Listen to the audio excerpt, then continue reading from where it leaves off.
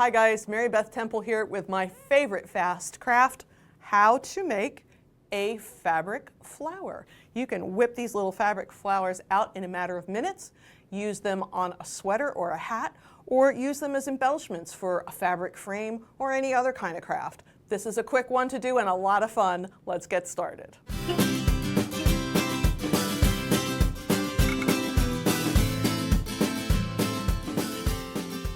All right. This is really a very simple project, and you can do it probably 97 different ways, but I want to talk just for a minute about prep of the fabric. I like to use pre-cut 2-inch strips because they're easy.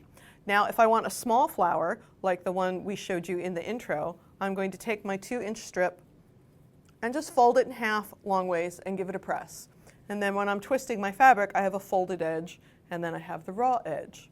For a medium flower, I took about 3/4 of an inch off the strip. So it's not as wide as, of course, the widest one, but it's a little bit bigger than the small.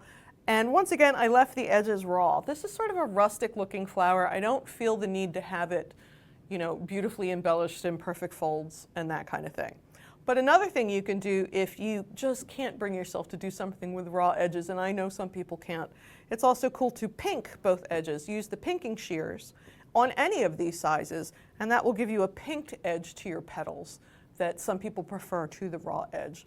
Lastly, you could take 2 2-inch strips, sew them together with a 1/4 inch seam allowance with right sides facing, and turn them out and press them, and then you have a seam and fold it on both sides, but that's a lot fussier than I think this project needs to have.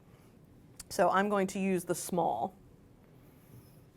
All I really need to do to get started is make the center of the rose. I like to just make a little triangle so that it looks like the center of a rose petal.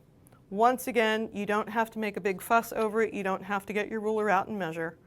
You're just going to make that little triangle so that your flower has an obvious center.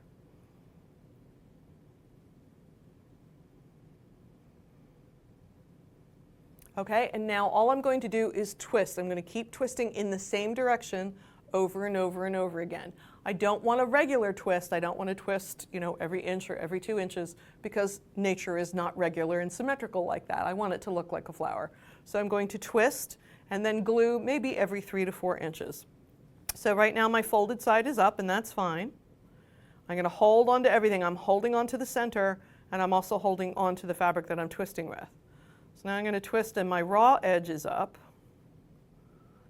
And I'm kind of grooving on that. That looks pretty floral, so I'm going to put a little drop of glue there.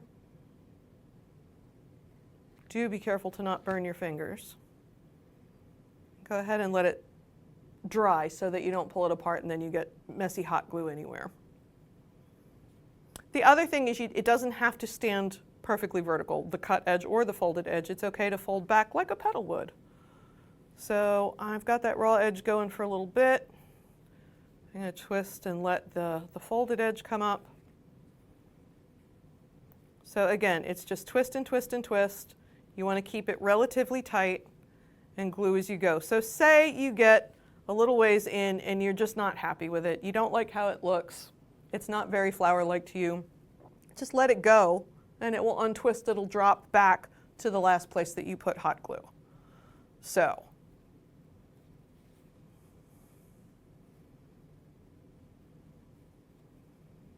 this is definitely a project where you just have to feel your way through it.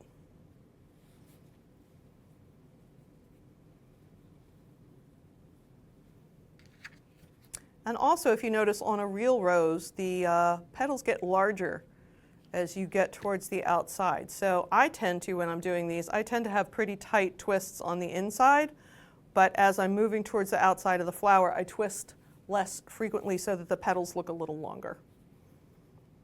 And again, feel free to let them fold back if that's what they want to do.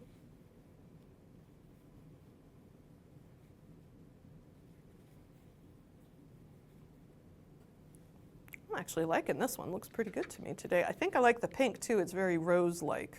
But you can do this with any color of fabric, any type of fabric that you have laying around. I'm going to let that heat up. And you want to make sure the twists don't stack up one on top of each other. Try and stagger them just a little bit. And that needs another twist right there. Now, you can do one of two things. You can keep going until the fabric is almost gone, or in this case, I'm really happy with that. I like how that looks. I think I'm done. So let me get a couple more dabs of glue in here.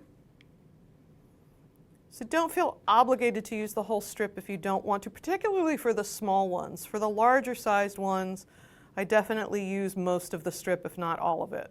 But for this little guy right here, I think that looks pretty cool, and I absolutely don't want to go any bigger. So once I have that last little glue drop set, I'm going to leave about 1.5 inches and cut this off. So there's my excess, I don't need that anymore. And I'm going to fold this back to cover the back. Just go ahead and get messy with the hot glue. It will hold your petals together and also give you a flat back if you want to put an alligator clip or a pin back or something like that. So let me let that dry for a sec. And then of course, since it's folded, that's not attached. So I'm going to put just a little dab in here and let that set. I'll let it cool off for a minute and make sure that I'm happy with it, which I am. And then the last thing, I like to wear them as pins. You can put these on a winter coat, you can put them on a sweater, you can put them on a blouse that you're wearing, you can pretty much put them anywhere, and these are really easy to set. So I'm going to go ahead and flip it over and just lay one relatively thick bead of glue. And then when I put the pin back on, the hot glue, if you can see this, is going to go up through the holes, and that helps set it and keep it sturdy. So you can see the hot glue sort of oozes up into the holes and helps keep the pin back in place. Now, one thing I did want to point out, when you're doing the small one and you folded your fabric in half, you're using just one fabric and you're seeing that on both sides.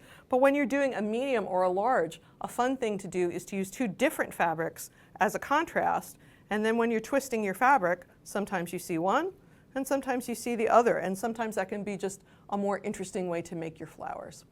Anyway, thank you so much for joining me. I'm Mary Beth Temple, and I hope you have a great time making fast fabric flowers.